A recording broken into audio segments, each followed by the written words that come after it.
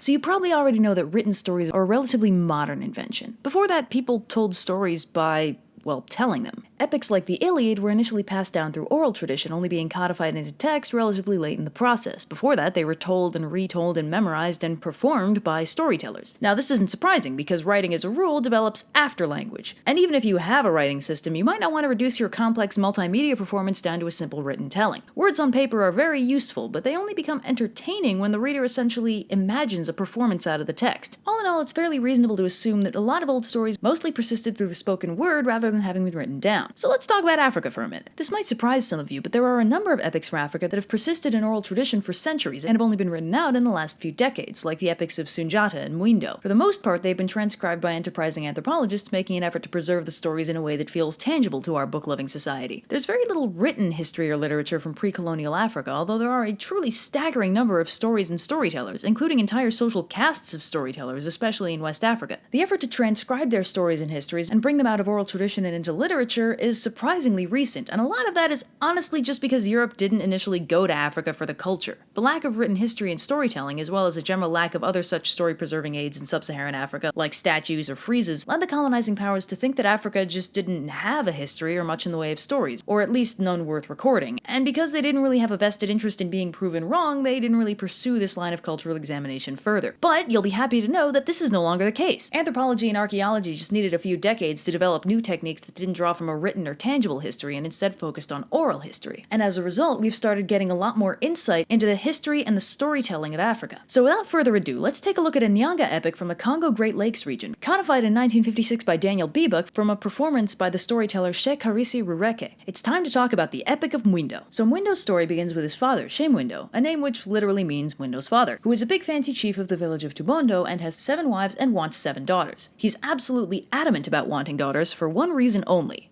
bride wealth payments. See, if you have a son and he wants to marry a girl, you have to pay the girl's family bride wealth to persuade them to give up their daughter. But if you have a daughter, or better yet, several daughters, those bride wealth payments from aspiring suitors can make you stupid rich. Mwindo holds the attitude that because nobody pays to marry sons around here, only daughters will make him rich, and sons will be financial liabilities. So if any of his wives have sons, he'll murder them and try again. So he knocks up his wives, and soon enough 6 of them have their daughters, just as planned. But his 7th and favorite wife just stays pregnant, which bums her out for a variety of reasons, not least of which being it's hard for her to take care of herself while super pregnant. However, her unborn kid, that's Mwindo unsurprisingly, decides to make things easier on his mother by magically doing her chores while he bides his time in preparation to make his grand entrance. Classy. So Mwindo follows up his unorthodox prenatal existence by entering the world in a similarly unorthodox fashion, either emerging from his mother's middle finger or her navel. Sources disagree. Also, like many other epic heroes, he's not only born walking and talking, but also equipped with a fancy magical tool, in this case a magical fly swatter called a conga. Fun fact, his most commonly used epithet is the one born walking and talking, and a big deal is made of how competent he was at birth. So Mwindo busts in, and upon seeing his manly progeny, immediately whips out his spear and chucks it at baby Mwindo, who stops it with his fly swatter and snaps it in half. Upon seeing that stabbing is ineffectual, Mwindo orders his counselors to bury the baby alive instead. Satisfied, Mwindo goes to bed, at which point he wakes up to the sound of Mwindo singing about how great he is, having dug himself out of his grave and gone back to his mother. So Mwindo reasons that stabbing and burying alive may not have worked, but maybe sealing him in a drum and dumping him in the river will. Now this doesn't kill Mwindo, but it does get him out of Mwindo's hair for a while, as Mwindo floats down the river and ends up being picked up by his aunt Iangura, who takes him in and raises him to young adulthood. Mwindo's grateful to his aunt for raising him, but he has unfinished business with his father and tells her he's going to go back to Tubondo and fight Mwindo. Iangura understands, but is rather concerned for Mwindo's well-being, so she has her brothers-in-law forge Mwindo, which either means that they make him armor, or that they take him apart, forge his body like metal, and then put him back together, now as an indestructible badass with a body like iron. The specifics vary from telling to telling. So Mwindo's raring to go, but his aunts and uncles warned him that Tubondo is huge and Mwindo has many men to fight for him, so he should let them come along and help him. So Mwindo and his entourage head towards Tubondo, stopping along the way to make camp. When Iangura mentions that they have no food, Mwindo does his magic thing, waves his fly swatter, and summons all the food from Tubondo to fly over and help him out. So before Mwindo goes to fight, his uncles insist that he lets them go first. This is a bad call, as they are horrendously outnumbered and all die. Mwindo is enraged by this and storms Tubondo himself, terrifying the men of the village with his indestructibility. Mwindo freaks out and runs away, just in time to avoid being toasty fried by the lightning Mwindo calls down with his fly swatter, to kill everyone in Tabondo. So Mwindo is victorious with his father on the run, but Nyanga is sad to see everyone dead. So Mwindo goes around with his fly swatter and swats his uncles in the face to wake them up, which works, so that's cool, but Mwindo is still missing. A hawk informs Mwindo that his father ran away down a hole and is now in the underworld, the land of the gods, and is meeting with Mwisa, ruler of the dead. Nyanga warns him that only the dead belong in the underworld and no one ever leaves, but Mwindo sings that song about how great he is again and dives on in. So Mwindo lands in the underworld and heads over to the well, where he encounters Kahindo, Mwisa's daughter. Kahindo knows all about Mwindo and warns him that her father will try and trick him into drinking his beer and eating his porridge. He has to politely refuse or he'll be trapped in the underworld, very classic. So Mwindo goes to meet with Mwisa, who again tells him that nobody ever leaves the underworld. Mwindo's not too worried and turns down the offer of food, at which point Mwisa says he'll allow him to leave with Mwindo if Mwindo accomplishes a couple tasks for him. Task number 1 is to raise a banana grove to maturity over the course of a single day. Mwisa gives him tools and seeds to work with, at which point Mwindo animates them with his fly swatter and lets the grove plant and tend itself while he takes a nice nap. He starts collecting his fully grown bananas, but Mwisa is upset that he's actually doing the task and decides to sabotage him. Mwisa takes off his cowrie shell belt and sends it to attack Mwindo, whereupon it constricts around him and suffocates him to death. Fortunately, Mwindo's magic fly swatter animates itself and brings him back to life, and Mwindo sends the fly swatter to do Mwisa the same courtesy the god did him. Then he finishes collecting his bananas and heads back to the village, subsequently using his fly swatter to resurrect Mwisa from the whole reciprocal murder thing and hands over his bananas. So Mwisa gives him another task, to gather honey from a certain tree. Mwindo climbs the tree and smokes out the bees, but he can't quite reach the honey, and while he's going for it, Mwisa sends his belt to strangle him again. That goes about as well as it did before, and Mwindo is thoroughly sick of the task, so he cuts to the chase and calls down more lightning to split the tree in half, at which point he retrieves the honey. So Mwindo returns to Mwisa and hands over the honey, then demands his father. Unfortunately, it would appear that Mwisa warned Mwindo of Mwindo's presence, and Mwindo seems to have run away. Mwisa refuses to help, so Mwindo temporarily kills him again and runs after Mwindo, who is hiding in a cave with Ntumba, who I'm pretty sure is a god of aardvarks? It's a little unclear. Mwindo then seeks refuge in a village belonging to this guy Shibarungu, who challenges Mwindo to a gambling game. Mwindo wagers and loses everything but his magic fly swatter, and then wagers that too. Fortunately, the universe appears unwilling to separate Mwindo and his fly swatter, so he immediately wins everything back and runs out to get his father, which actually works this time. Now, interestingly enough, Mwindo and Mwindo are very respectful and chill with one another. Finding Mwindo has left Mwindo in a very good mood, and he shows him off to everyone who tripped him up along his journey, while also fixing all the damage he did to them and their stuff. Mwisa, who is no longer dead, offers Mwindo his daughter Kahindo's hand in marriage, but Mwindo says he'll only get married in his home village of Tabondo. So Mwindo brings Mwindo home, resurrects everyone else in the village from that one time he murdered everyone, and berates Mwindo for being a bad father. He calls a big village meeting and basically puts his father on trial for treating him so badly without any reason, and Mwindo admits that what he did to Mwindo and his mother was wrong. He abdicates his role as king and names Mwindo as his successor. Mwindo is sort of honorably exiled to live in another location, and Mwindo gets gifted 4 wives by his father, uncles, aunts, and the neighboring pygmies.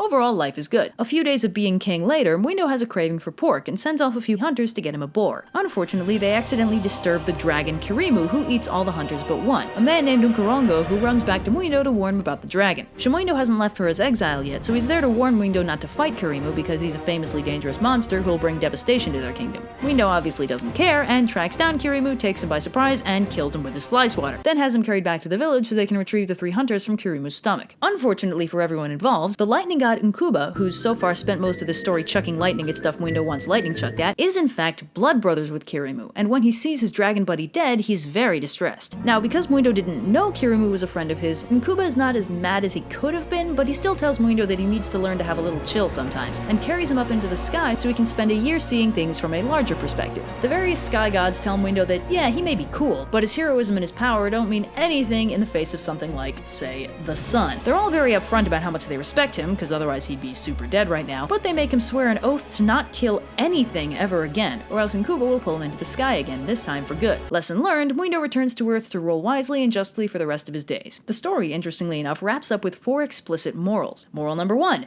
There's no such thing as a bad child, and no child deserves to be rejected by their family, regardless of disability or gender. They were born that way, it was God's decision, deal with it. Moral number 2. Heroism is great, but callousness brings disaster. Don't do it. Moral number 3. Help each other. Kinship is the only thing keeping our species alive. Moral number 4. There's always a bigger fish. Doesn't matter how badass you are, eventually you're gonna find someone who can beat you into the ground. I'm pretty sure this is the only hero story I know about where the hero actually learns a modicum of humility in the end. It's not time to make a change. Just relax, take it easy. You're still young, that's your fault. There's so much you have to know. Find a girl, settle down. If you want, you can marry. Look at me, I am old, but I'm happy. I was once like you are now, and I know that it's not easy to be calm when you found something going on. But take your time, think a lot. Why think of everything you've got? For you will still be here tomorrow, but your dreams may not. How can I try to explain? When I do, he turns away again. It's always been the same old story.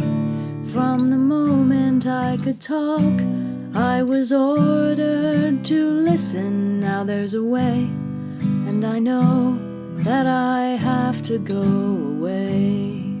I know I have to go.